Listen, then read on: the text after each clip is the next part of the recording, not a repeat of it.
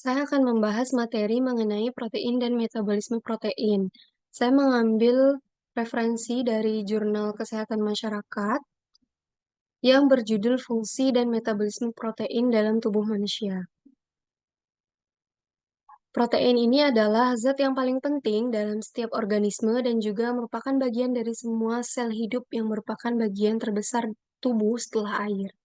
Nah, protein ini di dalam tubuh berfungsi sebagai sumber utama energi selain karbohidrat dan lemak. Selain itu juga sebagai zat pembangun dan sebagai zat-zat pengatur. Nah, protein mengatur proses metabolisme dalam bentuk enzim dan juga hormon, dan sebagai mekanisme pertahanan tubuh melawan berbagai mikroba dan zat toksik lain yang datang dari luar. Nah, protein ini juga memelihara sel dan jaringan tubuh. Selanjutnya, sumber protein. Sumber protein ini dapat, kita temukan dalam bahan makanan hewani maupun nabati. Nah, pada bahan makanan hewani, ini merupakan sumber protein yang baik dalam jumlah maupun mutu, seperti misalnya telur, susu, daging, unggas, ikan, dan juga kerang. Nah, pada sumber protein nabati, yaitu seperti kacang-kacangan kedelai dan juga hasil-hasil dari kacang-kacangan tersebut, misalnya seperti tempe, tahu, serta kacang-kacangan yang lain. Nah, selanjutnya metabolisme protein. Nah, di dalam rongga mulut, protein makanan ini belum mengalami proses pencernaan.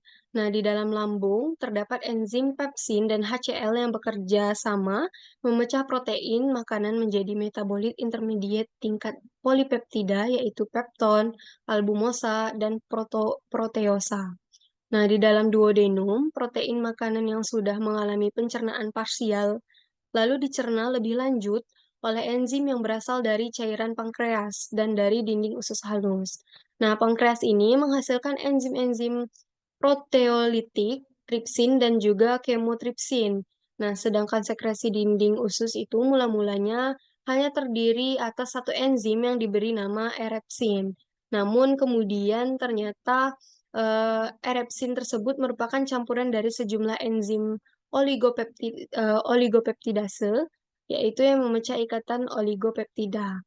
Oleh erepsin, oligopeptida ini dipecah lebih lanjut menjadi asam amino. Nah, cairan empedu itu tidak mengandung enzim yang memecah protein.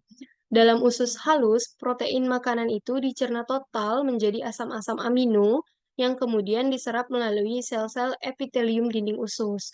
Nah, semua asam amino larut di dalam air sehingga dapat berdifusi secara pasif melalui membran sel. Nah, kecepatan dan mudahnya asam amino menembus membran sel ini melebihi hasil difusi pasif. Dan untuk berbagai asam amino itu tidak sama.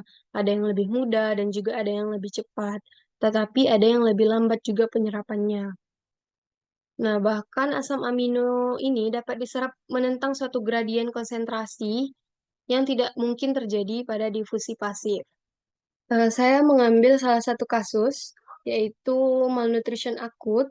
Saya mengambil referensi dari jurnal Nutrients dengan judul Acute Malnutrition in Children, Pathophysiology, Clinical Effects, dan Treatment.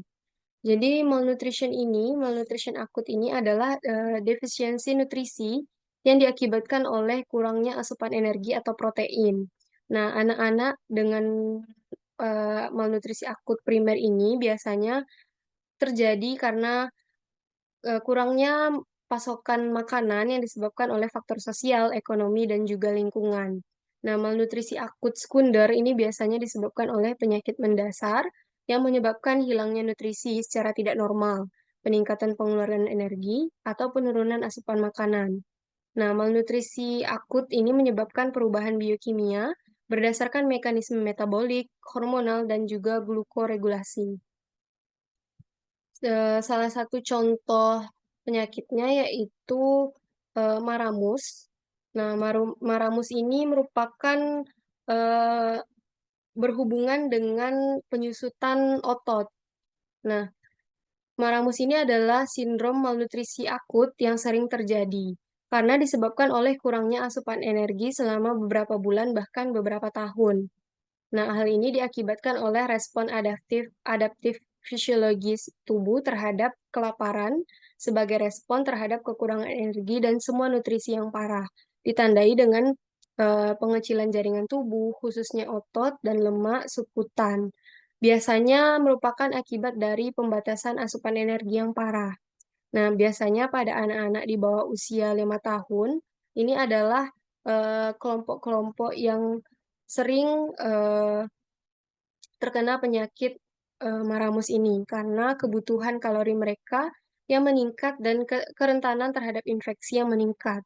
Nah, anak-anak, menjadi tampak kurus, lemah, dan lesu, serta disertai, bradikardila, hipotensi, dan juga hipotermia. Nah, kulit mereka akan serotik, berkerut, dan kendur karena hilangnya lemak subkutan. Namun biasanya tidak ditandai dengan dermatosis tertentu. Nah, pengecilan atau penyusutan otot ini biasanya dimulai di aksila dan selangkangan pada tingkat 1, lalu pada paha dan juga bokong pada tingkat 2, diikuti pada dada dan perut dengan tingkat 3, dan pada otot wajah itu tingkat 4, yang secara metabolik itu sebenarnya kurang aktif. Nah, dalam kasus yang parah, hilangnya bantalan lemak bukal membuat anak-anak menjadi tampak tua.